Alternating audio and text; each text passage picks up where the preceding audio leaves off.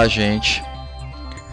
Dando seguimento à nossa disciplina Fundamentos de Nutrição e Patologia, na aula 10 nós iremos tratar de infecções bacterianas e viróticas causadoras de infecções em peixes e crustáceos cultivados. Aeromonas e pseudomonas. Peixes submetidos a um inadequado manejo de despesca ou de biometria, associado a uma má nutrição, expostos a baixas concentrações de oxigênio dissolvido, eles estão propícios à ação de bactérias patogênicas como Aeromonas hidrofila e Pseudomonas fluorescens. E essas bactérias, elas geralmente estão presentes no nosso sistema de cultivo nas estações de primavera e outono. Em camarões, essas bactérias estão associadas a lesões do black spot. Em peixe, as infecções elas apresentam os seguintes sintomas: perda de apetite e redução da atividade, erosão ou destruição das nadadeiras, lesões circulares ou irregulares sobre o corpo, verificado como lesões ulcerativas, hemorragia nas bordas das lesões e na base das nadadeiras, olhos saltados e de aspecto opaco, e a presença de hemorragia, abdômen distendido com presença de líquido de aspecto opaco, entre outras características. A melhor forma de se evitar a presença destas bactérias no sistema de cultivo é o quê? É realizar um bom manejo nutricional e um correto manejo de cultivo, principalmente na questão do controle da qualidade de água. Aeromonas e pseudomonas, elas são descritas de forma esporádica pela literatura mundial, principalmente quando a presença destas bactérias estão relacionadas a infecções e lesões traumáticas, ocasionando problemas em cultivos de camarões marinhos. Flavobacterium columinaris. Em sistema de cultivo, esta bactéria ela convive em total equilíbrio com o organismo que está sendo cultivado. No entanto, quando ocorre um distúrbio ambiental, principalmente relacionado à queda da qualidade de água, má nutrição e a alta densidade de estocagem, ocorrem impactos negativos para os cultivos de peixes, e aí esta bactéria provoca sérios problemas aos cultivos comerciais. O nome da doença relacionada a esta bactéria é columinariose, ou doença da boca de algodão, ou cauda comida. Esta bactéria, quando infecta o sistema de cultivo, ela tem maior incidência nos meses da estação de verão, e esta bactéria ela vai se alojar em ferimentos ou lesões no corpo de um peixe, por exemplo. E esta lesão ela pode ser provocada pelo quê? Pelo manuseio de despesca ou de biometria, ou provocada pela presença de algum tipo de parasito. Os principais sintomas desta bactéria são perda de apetite, natação vagarosa, manchas descoloridas e localizadas na pele, lesões nas margens das nadadeiras, principalmente nas nadadeiras caudais, provocando um aspecto de apodrecimento. Presença de lesões esbranquiçadas, com uma cor amarelada ao redor da boca, crescimento bacteriano com aspecto de tufos de algodão. Áreas necróticas amareladas nas brânquias, que causam a destruição de grande parte do epitélio branquial. Isso vai causar o quê? Problemas na respiração, podendo levar o peixe à morte por asfixia. Aqui nós temos uma sequência de imagens, nós temos um peixe ornamental com presença de manchas brancas, e na sequência temos fotos de peixes contaminados por essa bactéria, e a gente verifica que a sua nadadeira caudal está totalmente danificada. Streptococcus é um tipo de bactéria que ela ela é observada em várias espécies de peixe. Só que a maior incidência, ou sua maior frequência em peixe está relacionada a as espécies de peixe como tilápia, truta arco-íris e enguias. É uma bactéria que está relacionada como agente causador da septicemia, que é uma infecção generalizada que apresenta também quadros hemorrágicos. A mortalidade mais acentuada é mais frequente principalmente em sistemas de cultivos intensivos, quando esses sistemas estão com inadequado manejo nutricional e um inadequado controle da qualidade de água. Os sintomas dos streptococos são peixes com pigmentação bastante escura e corpo levemente curvado, movimento letárgico e natação padrão espiralada, olhos com cataratas e hemorragias. E aí a gente verifica também que eles estão saltados, que é uma característica da exoftalmia. Acúmulo de fluido sanguinolento livre na cavidade abdominal. A gente vai verificar hemorragia na base das nadadeiras, nos opérculos e na pele. Presença de fluido sanguinolento no intestino, que pode ser eliminado pelo ânus após uma compressão no abdômen do peixe. Fígado pálido, opaco, com tamanho aumentado e apresenta coloração escura. A presença dessas bactérias são citadas de forma esporádica, principalmente quando é causadora de infecções em cultivos de camarões marinhos. Víbrio. As patologias relacionadas a esta bactéria estão basicamente relacionadas aos cultivos comerciais de Macrobráquio Rosenberg. A infecção provocada por esta bactéria basicamente atua nas larvas e nas pós-larvas.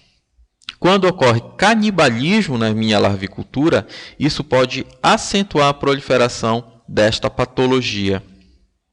E quando essa patologia ocorre no início da minha larvicultura, a fonte desse patógeno geralmente são as fezes das fêmeas ovígeras que foram infectadas por esta bactéria.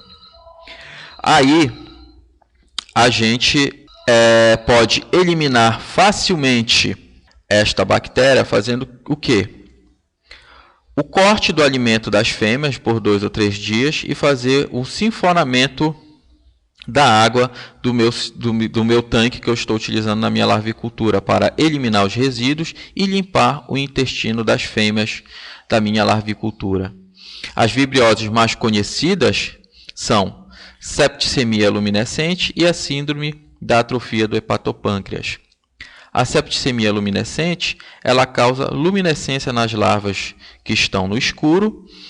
Quando isso ocorre, as larvas ou elas podem estar mortas ou elas já estão em avançado estágio de infecção. O agente patogênico, as larvas de peneídeos geralmente são o víbrio herve e o víbrio esplêndido. A síndrome da atrofia do hepatopâncreas, ela causa o quê? Atrofia progressiva do hepatopâncreas, que causa a diminuição dos vacúolos em número e tamanho. As larvas em estágios iniciais, elas são as mais afetadas. Quais são os sintomas desta bactéria? Formação de um espaço nítido entre o hepatopâncreas e o tegumento da região dorsal do cefalotórax, coloração azulada da larva, diminuição do consumo de alimento e diminuição da taxa de crescimento. Doenças causadas por vírus. Os vírus são um dos principais problemas que estão relacionados a situações patogênicas na carcinicultura mundial. E os vírus que estão relacionados às carciniculturas, eles são 4 e são pertencentes à família Baculoviridae. Aqui nós temos o Baculovírus penei, que foi o primeiro vírus descrito para camarões. E ele causa lesões nas células epiteliais, provocando problemas nos tubérculos do hepatopâncreas e na mucosa do mesentério deste crustáceo. Provoca infecções nas larvas e pós-larvas iniciais, podendo levar a mortalidade de até 100% em 48 horas, ou pode causar infecções de baixo impacto nas formas adultas. No entanto, ele se mantém em forma latente no corpo deste animal. Baculovírus da necrose do mesentério, conhecido pela sigla BMN, ele causa alterações necróticas no hepatopâncreas de pós-larvas, provocando uma coloração branco turva. Monodon baculovírus, apresentado pela sigla MBV, causa infecções estritamente horizontais, ou, melhor dizendo, uma infecção que é transmitida de mãe para filho e pode ser eliminada do meu sistema de larvicultura utilizando medidas adequadas de manejo, como o manejo nutricional adequado e o manejo do meu controle de qualidade de água melhor. Ele infecta principalmente pós-larvas e juvenis.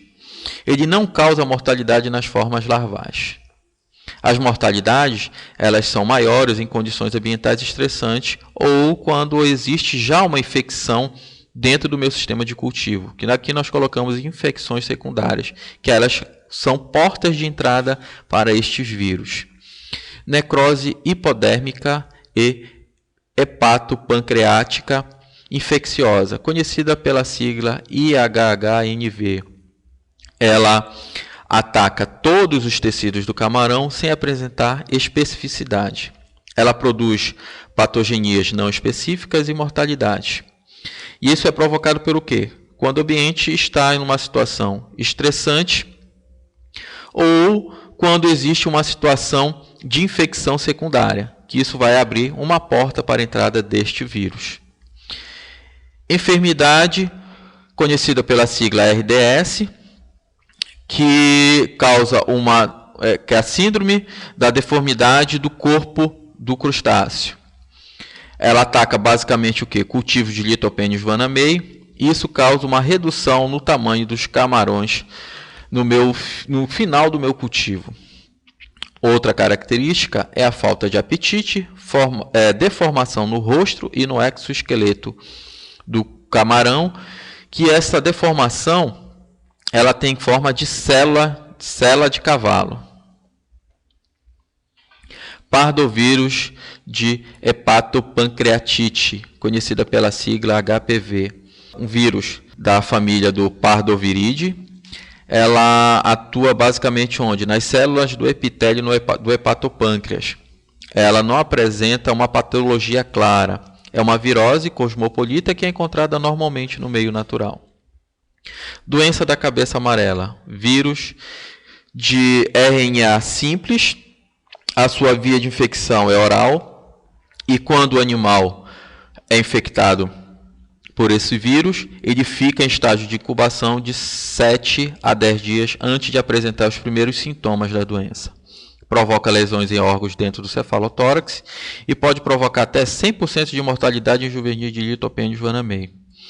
O nome da doença está relacionado à coloração amarelada do hepatopâncreas, que é causada pela infecção do vírus. Síndrome de Taura, sigla TSV.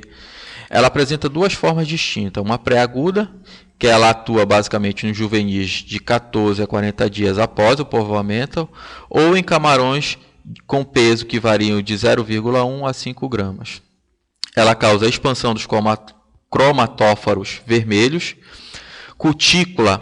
na cutícula, dando uma aparência pálida, salpicada de pontos avermelhados. Aí é conhecida como lesões do tipo pimenta.